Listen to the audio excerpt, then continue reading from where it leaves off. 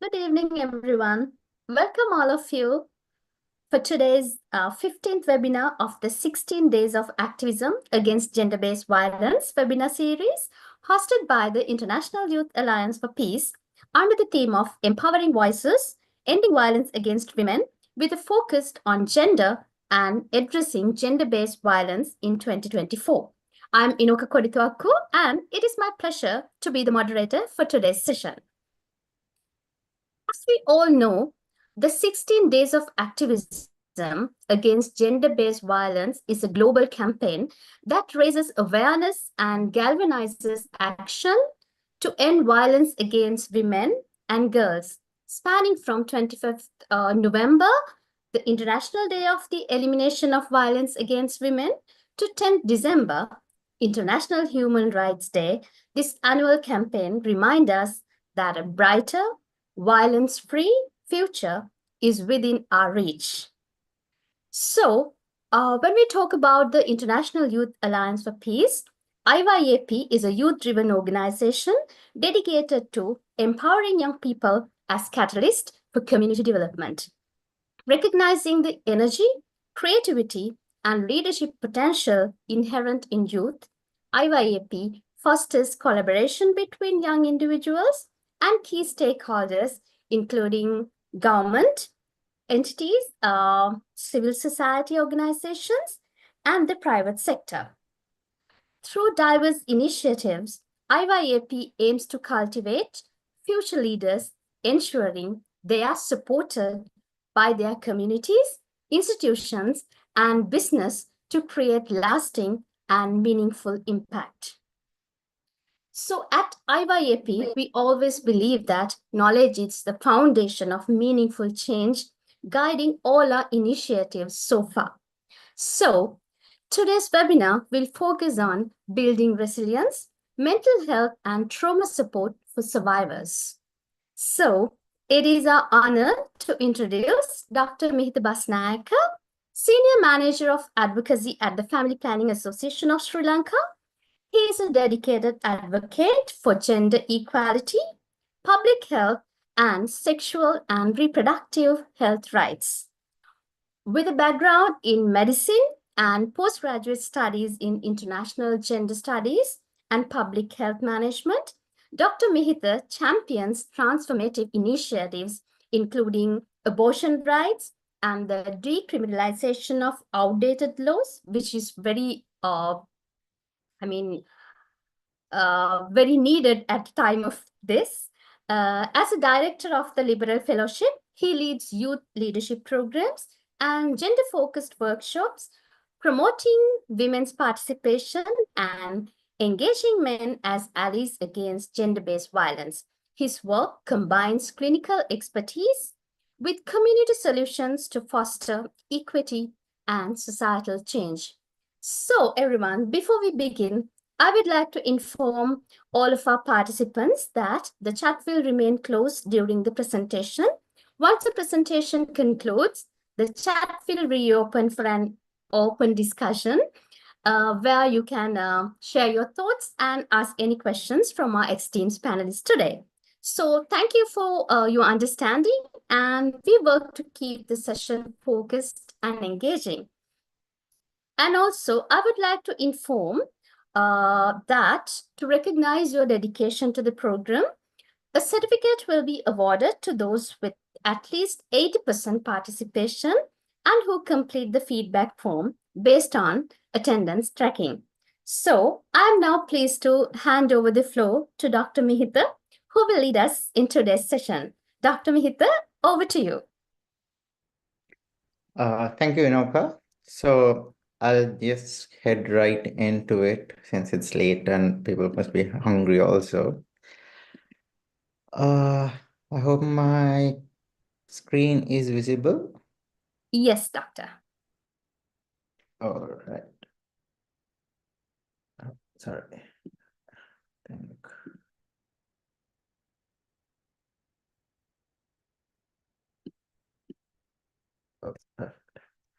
So, right.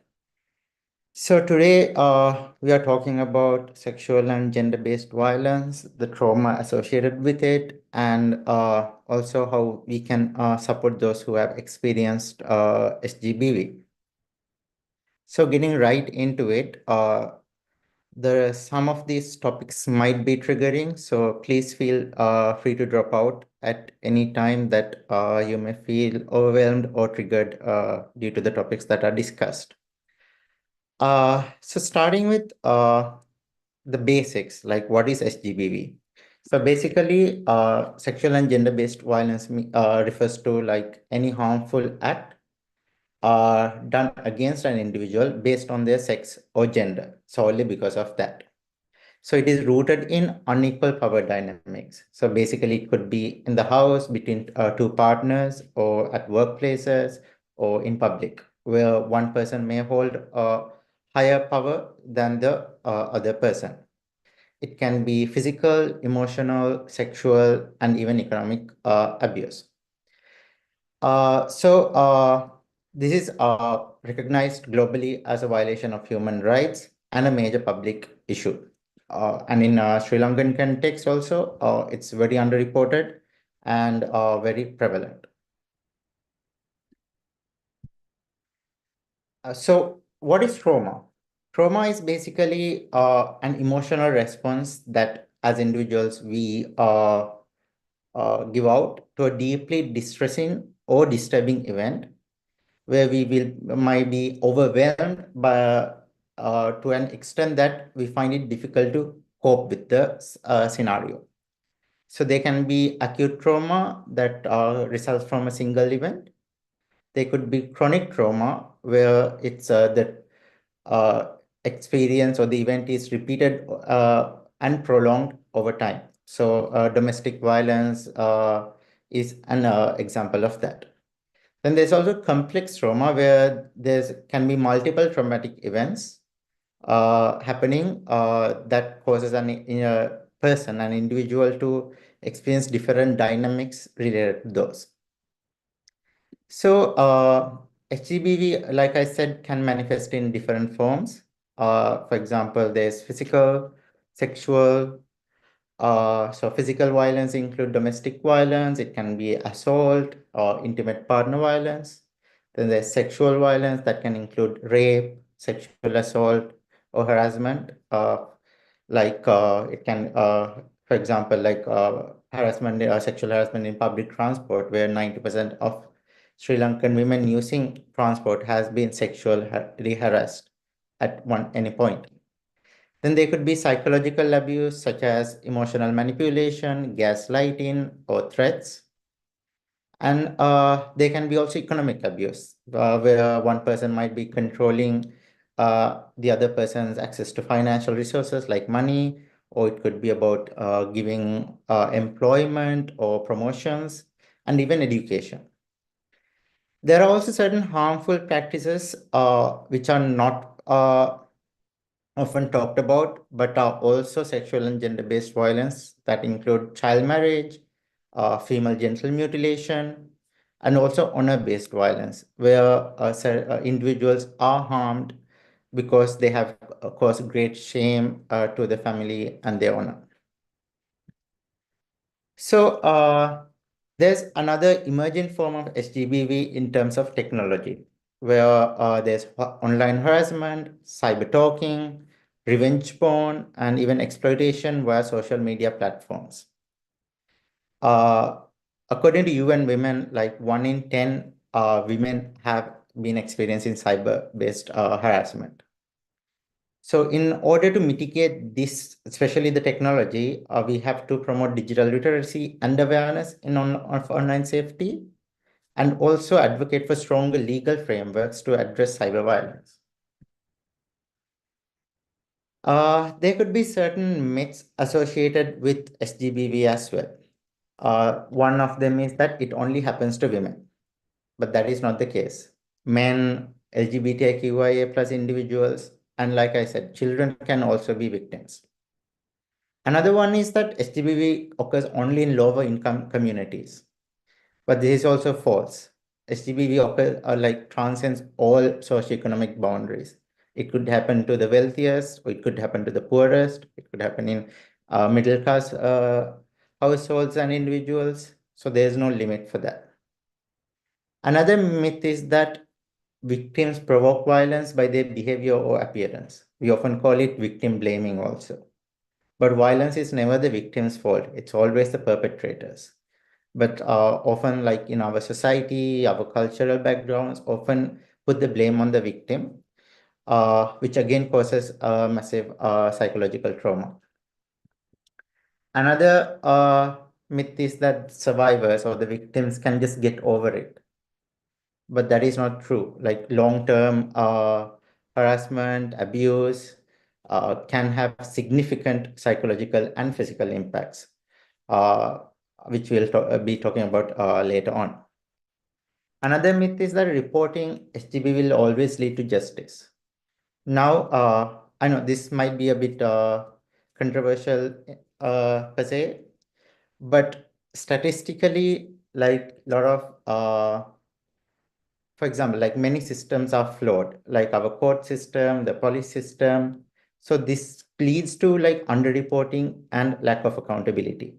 Sometimes court cases drag on for years, and especially in terms of sexual violence, it might be difficult to prove in terms of evidence or things like that. So that is something that we as individuals, as a society, as organizations, does have to change to strengthen our legal and legal systems, and also ensure that people who have experienced HGBV goes on to reporting and taking actions against their perpetrators. So in order to break myths, we must educate communities to about these misconceptions, and also support survivors without judgment, and also while challenging harmful narratives. So who experiences SGBV? Like we talked about, women are the majority, women make up the majority of SGBV survivors. They often face domestic violence, sexual harassment, and assault. But also, men can be victims as well, who often face stigma to seek help. So even when it comes to men and other marginalized communities, the reporting can be even lower. LGBTIQIA plus individuals face disproportionate rates of violence. This can include corrective rape, where these individuals are raped to turn them into straight heterosexual individuals, and they also go through several levels of discrimination just for being who they are. Like I said again earlier, children are also vulnerable to SGBV, including sexual abuse and child marriages.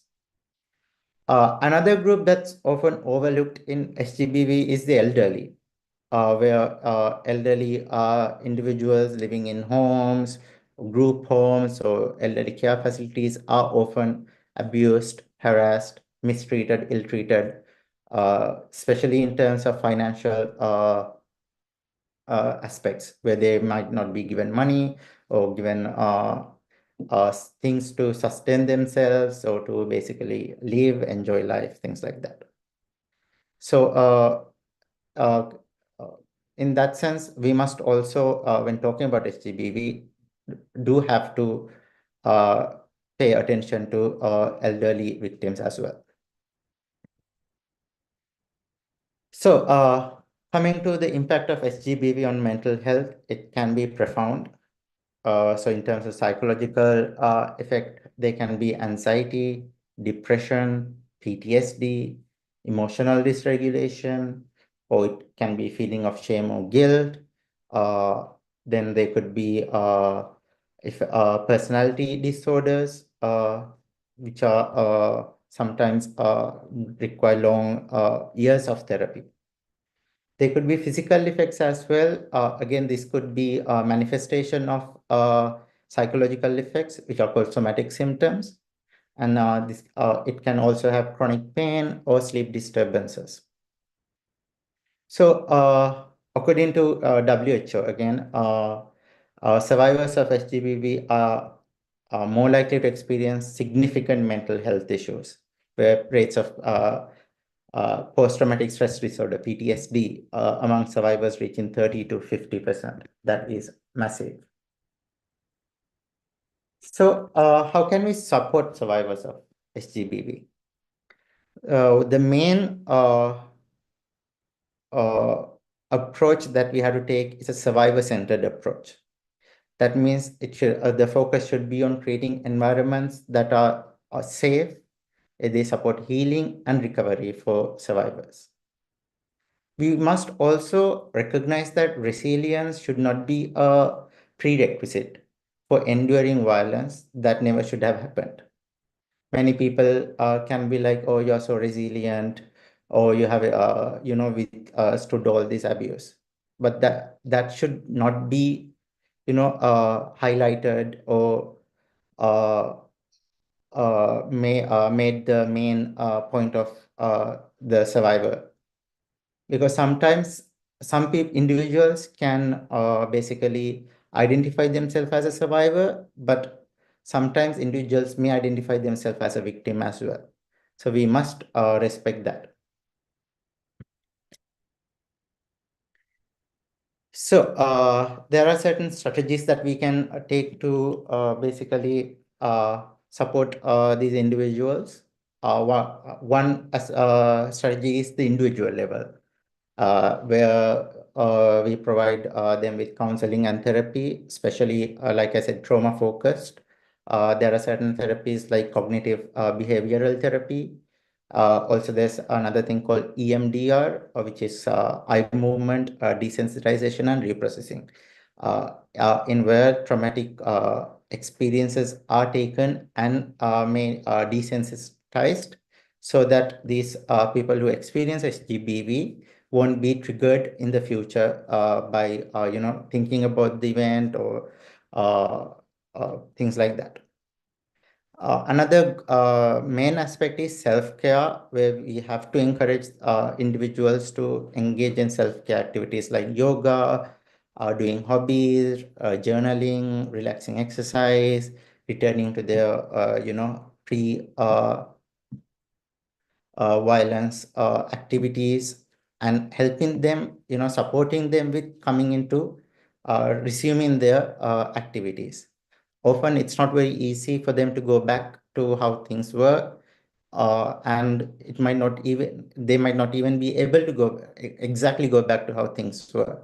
But step by step, we can help them with coming into terms with terms with resuming their daily life.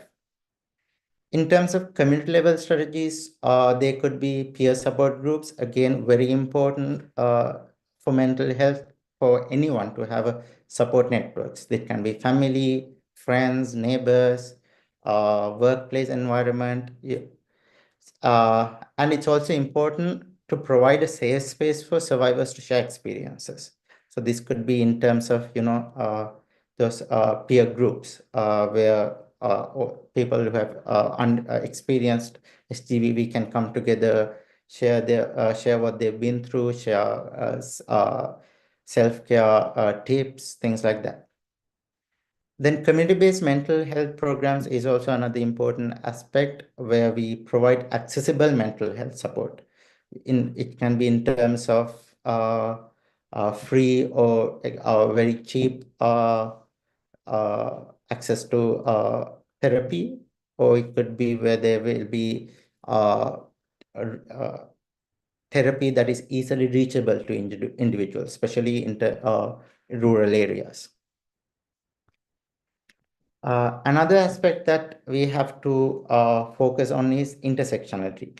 Basically, intersectionality is recognize that individuals face overlapping forms of discrimination based on multiple identities. So when we talk about SGBV, we are talking about violence based on sex and gender. But individuals are not just categorized on basis of sex and gender. There could be other identities such as race, caste, disability, socioeconomic status.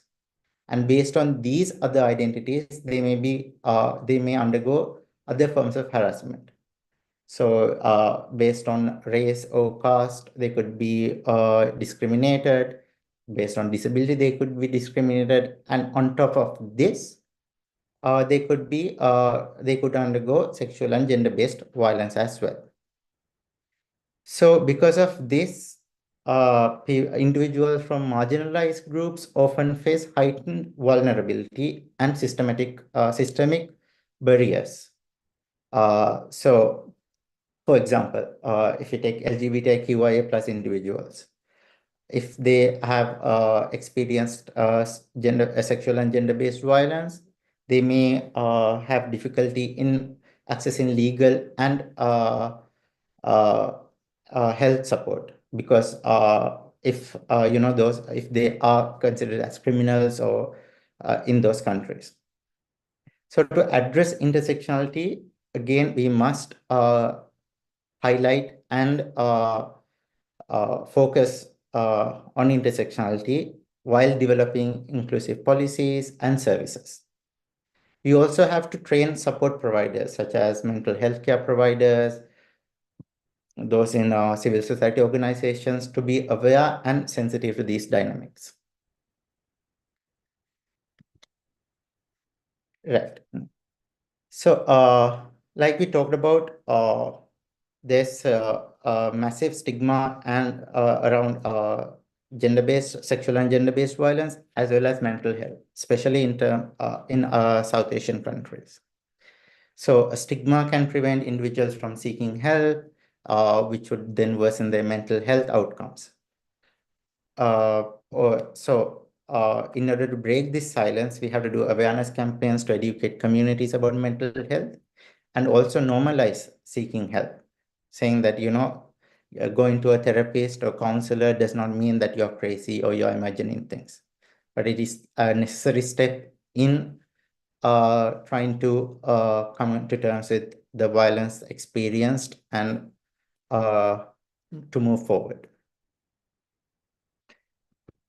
So there are certain global best practices for trauma support. Like I said, one of them is trauma-informed care, where we have to ensure that services are sensitive to the needs of uh, SGBV survivors.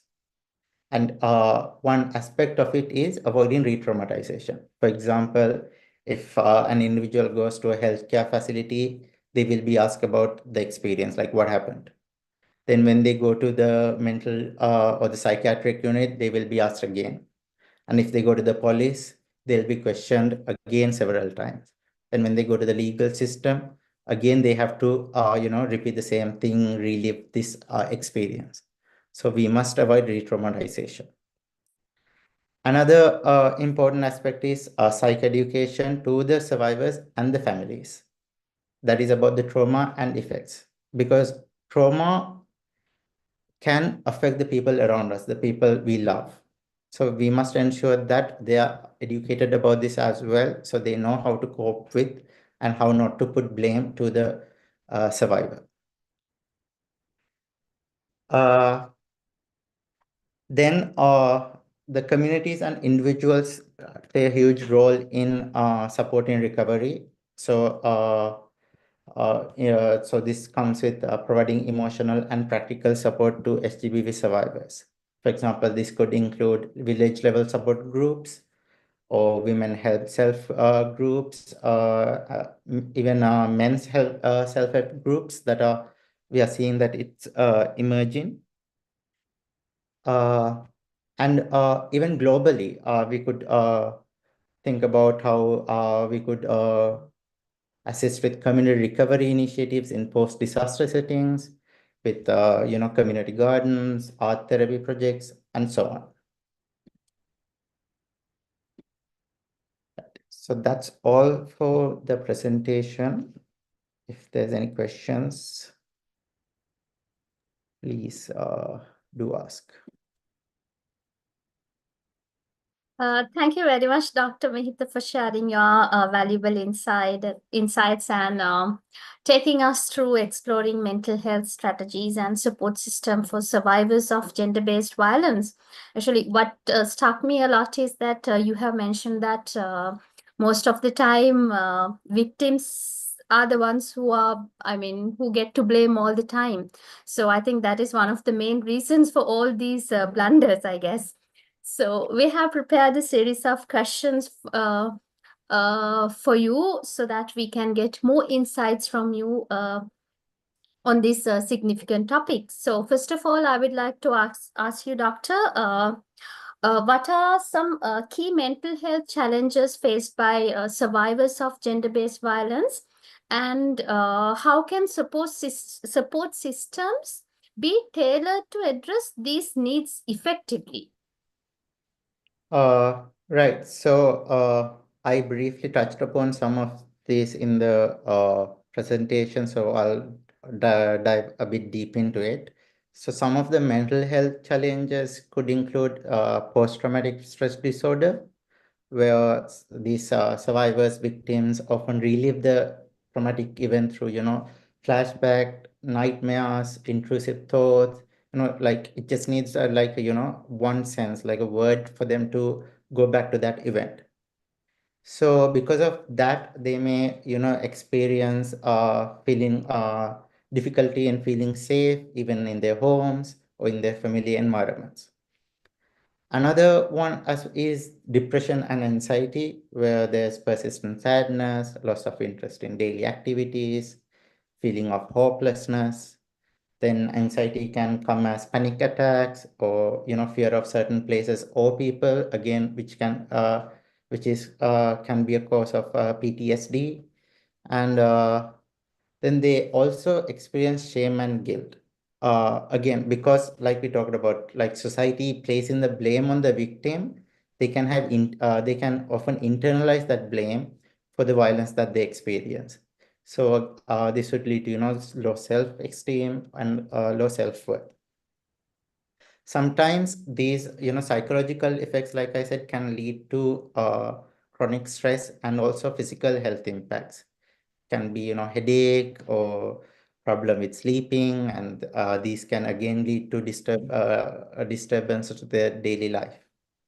Sometimes survivors can turn to alcohol or drugs as a coping mechanism if they don't receive the mental health support that they need. And also some survivors can feel societal stigma, victim blaming, like we talked about, or even rejection from family or friends, which can again exacerbate those depression, anxiety, feeling helpless. So to answer your second question, like how do we tailor support systems? One of the most important thing is that the care has to be trauma informed, where we recognize the impact of trauma and then prioritize the emotional and physical safety. So like I said, we must avoid traumatizing survivors through, uh, through continuous or, questioning over and over again and making them relive that experience. So one of the things here could be, where police stations could take a video recording of the complaint, where they then don't have to, keep asking the survivor or the victim multiple times or even in the courts. Another one is access to mental health services. This is in terms of financial accessibility, where it must be free or low cost counseling and psychiatric services, particularly in underserved areas. Another important aspect is training counselors and mental health professionals to address specific needs of survivors of HGBV, because these are the needs may not be what other generalized mental health disorders or people seeking counseling need. So we have to ensure that the specific needs of HGBV victims are addressed. We must also talk about community-based support, like I said, which is very important to have a supportive environment. Then legal and practical support is very important, where they are provided legal aid. Then they are provided shelter if they have to, remove themselves from the violence. If it is in their homes, they can find a safe place to stay for a while, where in order to get their life sorted. And also vocational training to survivors, where we often see where, if they're financially depending on the perpetrator, they must find ways to support themselves, support their children if needed. So that is also another important aspect. Uh, and education and awareness is extremely important. That is to educate the general public, educate men and boys, especially, not to be the perpetrators, but to be supportive and stop gender-based and sex-based, sexual-based violence.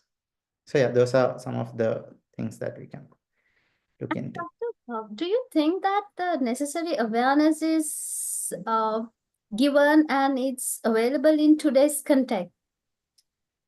Sorry, can you repeat the question? Do you think that necessary awareness is there in today's context? Because there are certain instances that I think we feel that the awareness is very less. So just would like to get to know your thought as Yeah. well.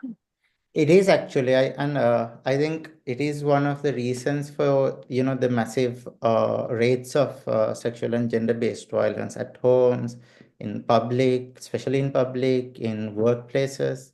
Because if people are educated about these things, one is that they could help prevent the abuse from happening. They could seek support before, it's too late. Or people may even think twice about, doing something to others. Yeah. Okay, thank you, doctor. So I would like to ask from you as your next question, how can communities and organizations collaborate to create safe spaces that promote mental well-being for survivors and encourage them to seek help?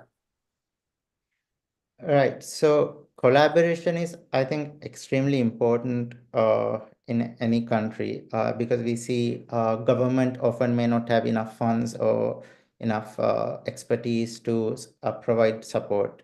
And then there will be civil society organizations that have the expertise, the technical knowledge, but they may not have access to certain areas that the government can support, and even they can have money that they can provide. So inter-organizational, uh, organizations collaboration is extremely important, where the government has to also realize that they need the support of civil society organizations and work together. And civil society organization must also be open to work with governments.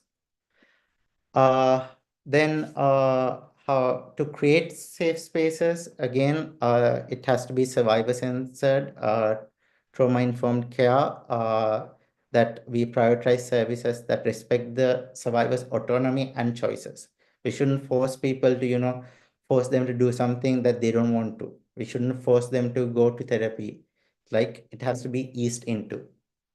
And again, the survivors must feel safe and supported from the community, from their family, from their friends.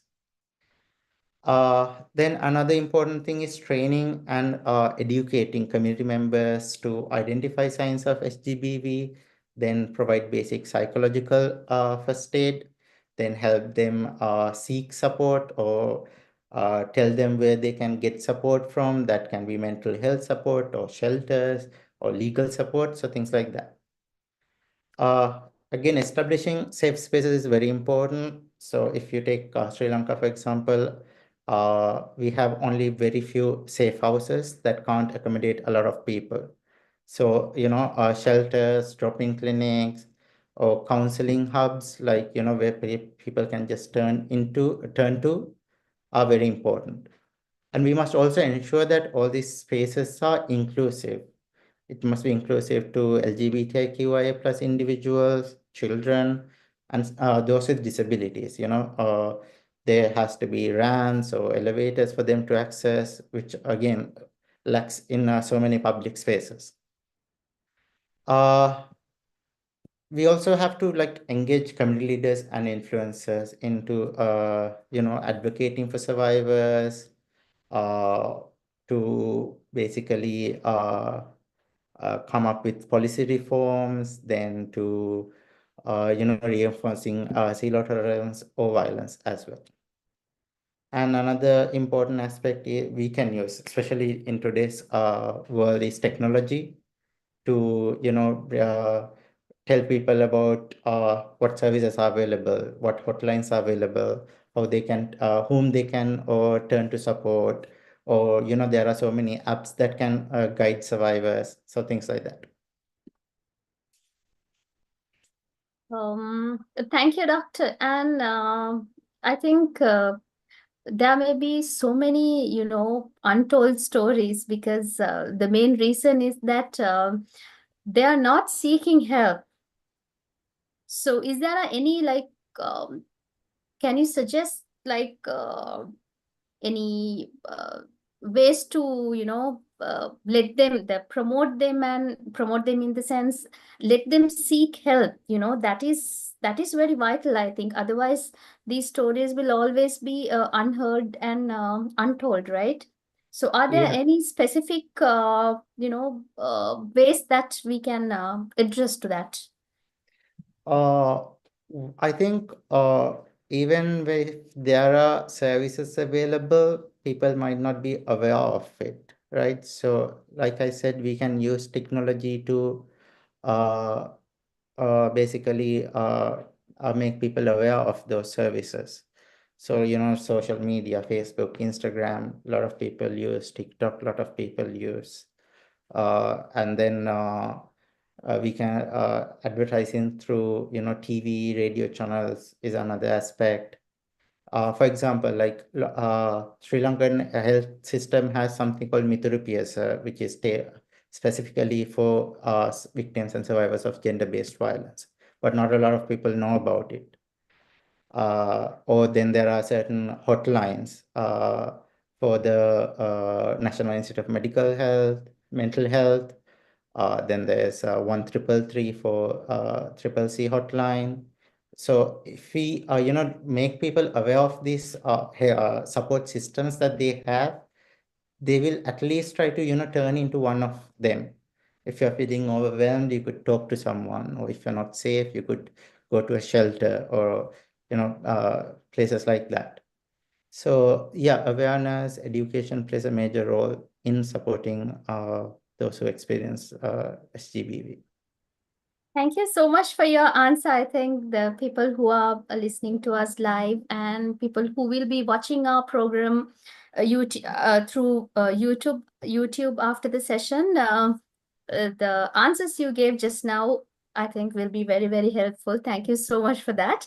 And my final question for you is, Doctor, uh, what are some practical steps that individuals, organizations, and policymakers can take to enhance access to mental health resources for survivors of gender-based violence? Right. So for individuals, one of the most important thing is to educating ourselves and educating others.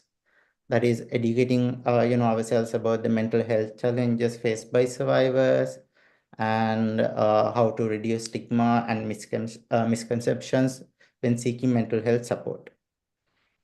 We can also advocate locally, such as volunteering. I mean, there are so many organizations working on SGBV and mental health initiatives, but often they lack volunteers to help and, then help amplify the voices of survivors.